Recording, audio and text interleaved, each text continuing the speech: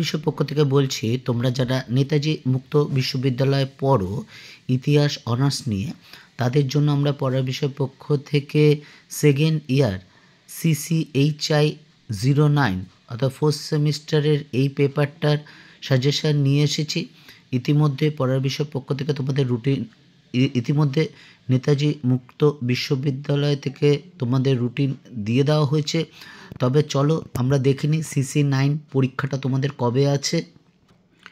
নেতাজি মুক্ত বিশ্ববিদ্যালয় তোমাদের যে পরীক্ষার ডেট দিয়েছে 9 ফেব্রুয়ারি 2025 সালে, অর্থাৎ এখনও বেশ দেরি আছে, কিন্তু তোমরা এখন থেকে ভালো করে পড়াশোনা শুরু করে দাও। দুপুর 11টা থেকে দুপুর 1টা পর্যন্ত এই পরীক্ষা চলবে এবং তোমাদের লিখিত পরীক্ষা 50 নম্বর হবে, যেটা অন্য কলেজে গিয়ে দিতে হবে।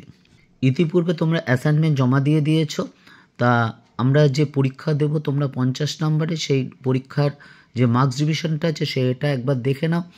10 নম্বরের দুটো লিখতে হবে, 4টে প্রশ্ন থাকবে অর্থাৎ 20 নম্বর। 6 নম্বরের 5টা প্রশ্ন লিখতে হবে, 10টা প্রশ্ন থাকবে অর্থাৎ 30 নম্বর, টোটাল 50 নম্বর। এই 50 নম্বরে কিন্তু তোমাদের পরীক্ষা দিতে হবে। অর্থাৎ তাহলে তোমরা মোট পরীক্ষা দিলে অ্যাসাইনমেন্ট 20 আর লিখিত পরীক্ষা 50, টোটাল 70। আমরা পড়ার বিষয় পক্ষ থেকে ইতিমধ্যে তোমাদের কয়েকটা কথা বলেছিলাম যে আমরা এখন পর্যন্ত আমাদের একমাত্র চ্যানেল যে সর্বাপেক্ষা প্রায় 80টিরও বেশি আমরা অ্যাসাইনমেন্ট, যে ইউজির অ্যাসাইনমেন্ট হলো, আমরা 80টারও বেশি অ্যাসাইনমেন্ট করে দিয়েছি একেবারে ইউটিউব চ্যানেলের মাধ্যমে, আমাদের কোনো কিছুর বিনিময়ে নয়। এবং আমরা বলেছিলাম আমরা সাজেশন দেব আর্টসের বিভিন্ন বিষয়। ইতিপূর্বে আমরা ইতিহাসের CC2 এবং CC5-এর সাজেশান দিয়েছি, আজকে আমরা CC9 সাজেশান দিচ্ছি। তা চলো 10 নম্বরটা আমরা দেখে নিই। দেখো প্রথম প্রশ্ন, আরেকটা কথা যে এই সিলেবাসটা হচ্ছে অর্থাৎ CC9 history of India volume 5-এর 1550 থেকে 1605, অর্থাৎ মোটামুটিভাবে আকবরের ক্ষমতা লাভ থেকে শুরু করে আকবরের মৃত্যুকাল পর্যন্ত এই সময়কার ভারতের ইতিহাস আমাদের পড়তে হবে। তাই চলো প্রথম প্রশ্নটা দেখো, 1526 থেকে 1556 পর্যন্ত মুঘল আফগান দ্বন্দ্বের বিবরণ দাও। 2 নম্বর, শের শাহের শাসন ব্যবস্থা আলোচনা করো। দেখো প্রথম প্রশ্নটা আমরা বলেছি 1526 থেকে 1556 খ্রিস্টাব্দ পর্যন্ত মুঘল আফগান দ্বন্দ্বের বিবরণ দাও এবং 2 নম্বর, শের শাহের শাসন সংস্কার আলোচনা করো। এবার দুটো প্রশ্ন নিয়ে একটু কথা বলার আছে। দেখো আমাদের সিলেবাসটা এই পেপারে 1550 থেকে, কিন্তু প্রথম প্রশ্নটা দেখো 1526 থেকে 56 সাল পর্যন্ত, অর্থাৎ হিসাব মতো এটা হয় না, অর্থাৎ 1550 থেকে 1556 হওয়া উচিত, কিন্তু আমাদের বইতে কিন্তু এই প্রশ্নটা আছে। অর্থাৎ আমাদের যে পাঠ্য বই সেখানে কিন্তু এই আফগানদের সাথে মুঘলদের সাথে আফগানদের যে সম্পর্ক বা দ্বন্দ্ব সেটা কিন্তু রয়েছে। দ্বিতীয় প্রশ্নটার ক্ষেত্রে একই প্রযোজ্য, শের শাহের শাসন সংস্কার। আমরা জানি শের শাহ যে 1545 সাল পর্যন্ত, 1540 থেকে 1545 সাল পর্যন্ত শাসন কার্য করেছিলেন, কিন্তু তোমাদের বইতে দেখবে যে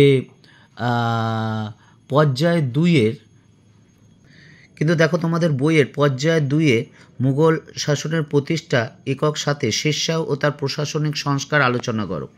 এর জন্যই কিন্তু আমরা প্রশ্নটা রেখেছি। দেখো হিস্ট্রি অফ ইন্ডিয়া ভলিউম 5 1550 থেকে 1605, কাজে এর জন্য কিন্তু আমরা শের শাহের কোশ্চেনটা রাখা হয়েছে।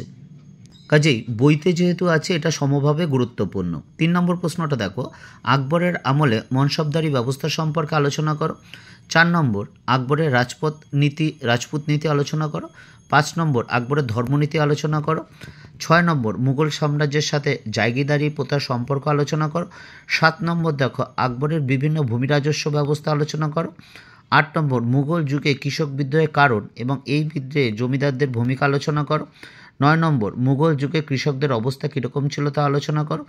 10 নম্বর, আরব সাগরে পর্তুগিজ শক্তির উত্থান এবং এই অঞ্চলে বাণিজ্যিক অর্থনীতিতে কীভাবে প্রভাব বিস্তার করে। 11 নম্বর, মুঘল আমলে কী ধরনের খাদ্যশস্য ও বাণিজ্য ফসল উৎপাদিত হতো, অথবা মুঘল যুগে কৃষিকাজ সম্পর্কে একটি প্রবন্ধ লেখো, অথবা মুঘল যুগের প্রধান অর্থকারী ফসল কী ছিল তা আলোচনা করো। 12 নম্বর প্রশ্ন, লাস্ট প্রশ্ন, মুঘল যুগে গ্রামীণ সমাজের কাঠামো গঠন কাঠামো আলোচনা করো। দেখো যেগুলো 3টে স্টার আছে সেগুলো খুব গুরুত্বপূর্ণ পড়বে, অর্থাৎ 1, 2, 3, 4, 7, 10, 11 এই কয়টা কোশ্চেন, এই 7টা কোশ্চেন তোমরা খুব ভালো করে পড়বে, আর 2টো স্টারও ভালো করে পড়বে। তোমরা যারা আমাদের অনেক শিক্ষার্থী নেতাজি মুক্ত বিশ্ববিদ্যালয়ে পড়ো, যারা বিভিন্ন কারণে পড়াশোনা করতে অসুবিধা আছে, অর্থাৎ অনেকেই কাজ করো, তারা যদি এই প্রশ্নগুলো একটু দেখে যাও, অর্থাৎ যাতে এক পাতাও লিখতে পারো, কারণ তোমরা যদি আমাদের চ্যানেল দেখে অ্যাসাইনমেন্ট জমা দাও তাহলে 20তে 20 পেয়েছো, আর এখানে মোটামুটি 22-23 পেলে, 70-এ 22-23 পেলে কিন্তু তোমরা পাস করে যাবে। কাজেই পাস করাটা কোনো ব্যাপার না। এই কোশ্চেনগুলো তোমরা অবশ্যই ভালো করে পড়েছো। যারা ভালো নাম্বারের জন্য পড়ছো তারা কিন্তু এই কোশ্চেনগুলো লিখে প্র্যাকটিস করবে। তা চলো আর বেশি কথা না বাড়িয়ে আমরা 5 নম্বরটা শুরু করি। আমরা second year history honours CCHI 09-এর যে 5 নম্বরের গুরুত্বপূর্ণ প্রশ্ন 2024-25 সালে হবে, অর্থাৎ আমাদের ডেট আছে পরীক্ষার পেয়ে গেছো 9 ফেব্রুয়ারি 2025 সালে। তার সিলেবাসটা দেখো। প্রথম কোশ্চেনটা বিদেশিদের বিবরণে মুঘল ইতিহাসের বৈশিষ্ট্য লেখে, এটা খুব গুরুত্বপূর্ণ প্রশ্ন। 2 নম্বর ইতিহাস রচনায়, মুঘল ইতিহাস রচনায় সাম্রাজ্যবাদী দৃষ্টিভঙ্গি লেখো।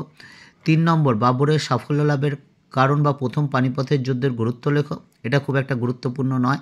4 নম্বর প্রশ্নটা দেখো মধ্যযুগে ভারতের সামরিক প্রযুক্তি ও যুদ্ধবিদ্যা সম্পর্কে আলোচনা করো, এই প্রশ্নটা খুব গুরুত্বপূর্ণ। 5 নম্বর প্রশ্নটাও খুব গুরুত্বপূর্ণ, দ্বিতীয় পানিপথের যুদ্ধের মাধ্যমে আকবর কিভাবে ক্ষমতার কেন্দ্রে প্রতিষ্ঠিত হয়। 6 নম্বর দেখো 12 ভূঁইয়া, এটা গুরুত্বপূর্ণ খুবই। 7 নম্বর দেখো টিকা লেখো সুল-ই-কুল, এটা খুব গুরুত্বপূর্ণ। 8 নম্বর টিকা লেখো দিন-ই-ইলাহি, অর্থাৎ আকবরের যে 1585 সালে খুলেছিলেন দিন-ই-ইলাহি সর্বধর্ম সমন্বয়ের জন্য। 9 নম্বর দেখো সুরাট বন্দরের উত্থান এবং এই অঞ্চলের অর্থনীতিতে কী প্রভাব ফেলেছিল। 10 নম্বর আকবর কিভাবে উলেমাদের নিয়ন্ত্রণ করেছিল, এটা তুলনামূলকভাবে একটু কম গুরুত্বপূর্ণ।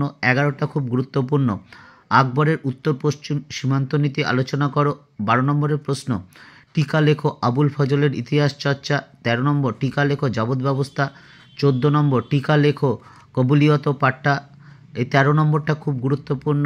14 নম্বর, 15 নম্বরও খুব গুরুত্বপূর্ণ। 15 নম্বরটা দেখো মুঘল আমলে ফার্সি ও দরবারি সাহিত্য সম্পর্কে লেখো। লাস্ট কোশ্চেন আকবরের দাক্ষিণাত্য নীতি সম্পর্কে আলোচনা করো। এই মোটামুটি তোমাদের প্রশ্ন। এই প্রশ্নগুলো তোমরা যদি খুব ভালো করে পড়ো অবশ্যই কমন পাবে এবং সবগুলোই লিখতে পারবে। আর আবার বলছি, তোমরা কিছুটা হলেও পড়ে যাও, সবার ক্ষেত্রে এই কথাটা প্রযোজ্য, যে যাতে কিছুটা হলেও লিখে আসতে পারো।